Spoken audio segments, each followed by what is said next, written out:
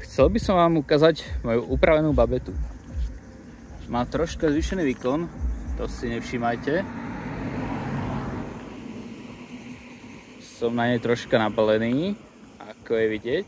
Má tu troška veľkú spotrebu, čiže bandaska je nutnosťou.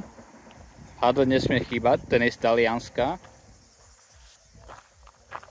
Nejaké šmakocinky, nepodstatné.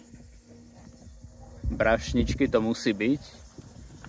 Mám tu nejakú vodu, lebo je 30 stupňov a durím to do kopca. Čiže potrebujem sa napiť aj ja, aj mašina.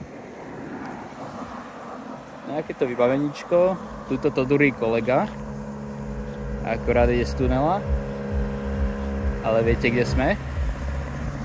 My sme na Jadranskej magistrále. A kúkajte na ten výhľad.